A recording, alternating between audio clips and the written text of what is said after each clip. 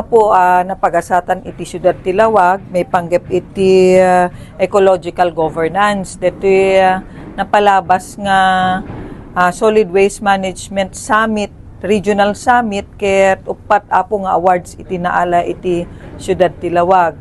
Ti bedeng iti leadership kuna tayo and governance, naala iti award, ited iti award iti ama iti syudad ti Laoag, ni Mayor James Brian Alcid, dete Solid Waste Management Innovation Leadership Award, ken dete Outstanding Stewardship and Local Governance.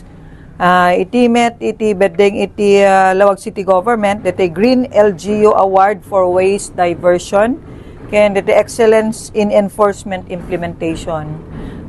Ti prime movers dete of course apo iti Osenro, ken ti partner tayo iti City Engineering Office ken Liga ng Barangay, with of course the full support of the City Agriculture Office and the General Service Office.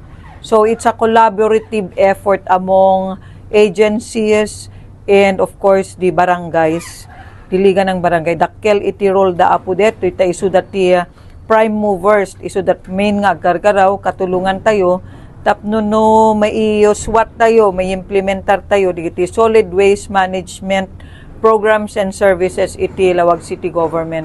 And of course, not to forget, the policies nga na pandaylinteg, may panggep iti environment code tayo, iti SP, of course, headed by the Vice Mayor, Honorable Ray Carlos Fariñas, and the SP Chairman Committee on Environment, the Honorable Jamie Fariñas. So, amin dito'y apo, ni TED kada tayo nga honor iti DNR Regional Office.